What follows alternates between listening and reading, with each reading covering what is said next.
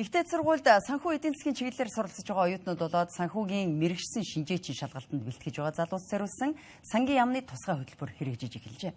Тус хөтөлбөр нь залуус санхүү төсвийн асуудал эрхэлсэн төрийн захиргааны төв байгууллагын бодлого боловсруулалт хэрэгжилтийн үйл явцтай биечлэн танилцах боломж олгож байгаагаараа онцлог ажээ.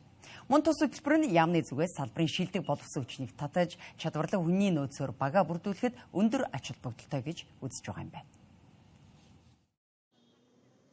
Төрийн албаны хүнд суртал мэдээлэл нээлттэй бус байдал болон цалин үлсний асуудлаас шалтгаалж сүүлийн жилүүдэд төрийн захиргааны байгууллагад ажиллах залуусын сонирхол эрс буурах болсон.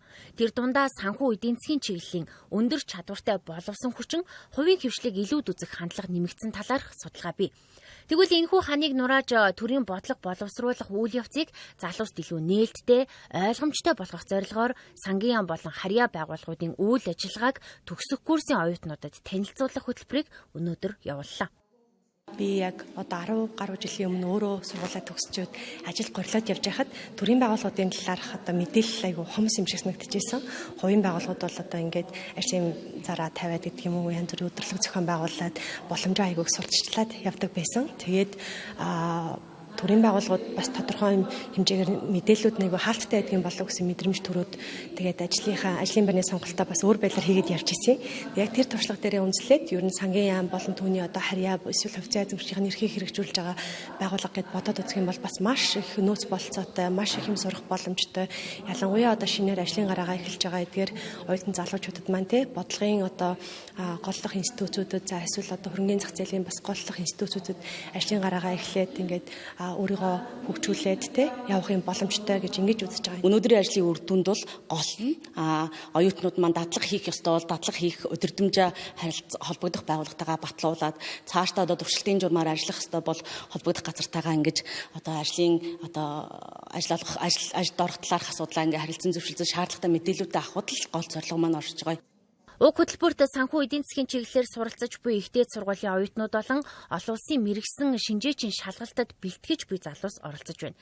Ингэснээр оюутнууд төрийн түвшинд шийдвэр гаргах үйл явцын талаар бодит ойлголт, практик мэдлэгийг олж авах давуу талтай бөгөөд тухайн байгууллагад дадлагжин мэрэгжлийн ур чадвараа хөгжүүлэх нөхцөл бүрдэх юм байна.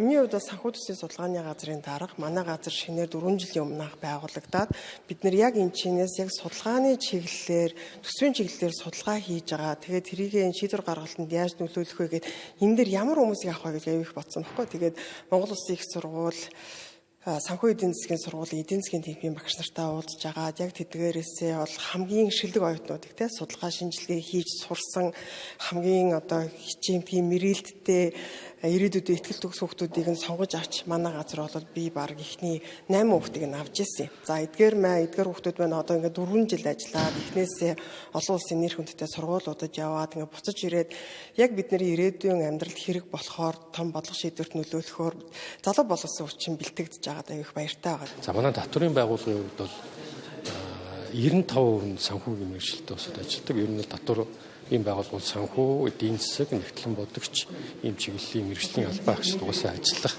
ийм заашгүй шаардлагатай ийм байгууллага байдаг. За тэгээд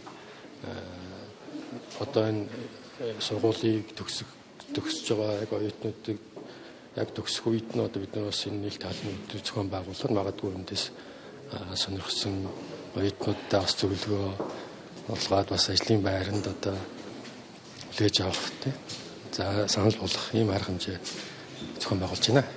Тэгвэл оюутнуудын зүгээс анх удаа ийм төрлийн үйл ажиллагаанд хамрагдаж байгаагаа хэлж байгаа юм а. Би болохоор санхүү эдийн засгийн дээд сургуулийн 4-р курсын оюутан Нягтлан мот хүртгэлээ. Тэгээд одоо энэ жил төгсөж байгаа. Тэгээд бас яг энэ газрыг яг бас хэрвээ яг ирээдүйн карьер байх юм бол айгу гоё газар байх гэж найдаж явах гэж бодол. Тэгээд цаашдаа бол ер нь Нягтлан бодох чиглэлээр юм уу эсвэл яг одоо яг ойролцоо мэргэжлүүдээр ер нь ажиллана гэсэн бодолтой байгаа. Байгууллагууд маань нэгдээд нэг доор ингээд мэдээлэл өгж байгаа нэлээд томоохон боломж гэж харж байна. Тэгээд энэ байгууллагын талаар ч гэсэн оюутнууд маань тодорхой мэдээлэл авах боломжийг бүгж байна. Төрийн байгууллагын үйл ажиллагааг шилэн нээлттэй болгож шилдэг залуусыг практик дадлахаар дэмжих тус хөтөлбөр нь хүний нөөцийн дутагдлыг нөхөх чухал алхам болно гэдгийг зохион байгуулагчид онцоллоо.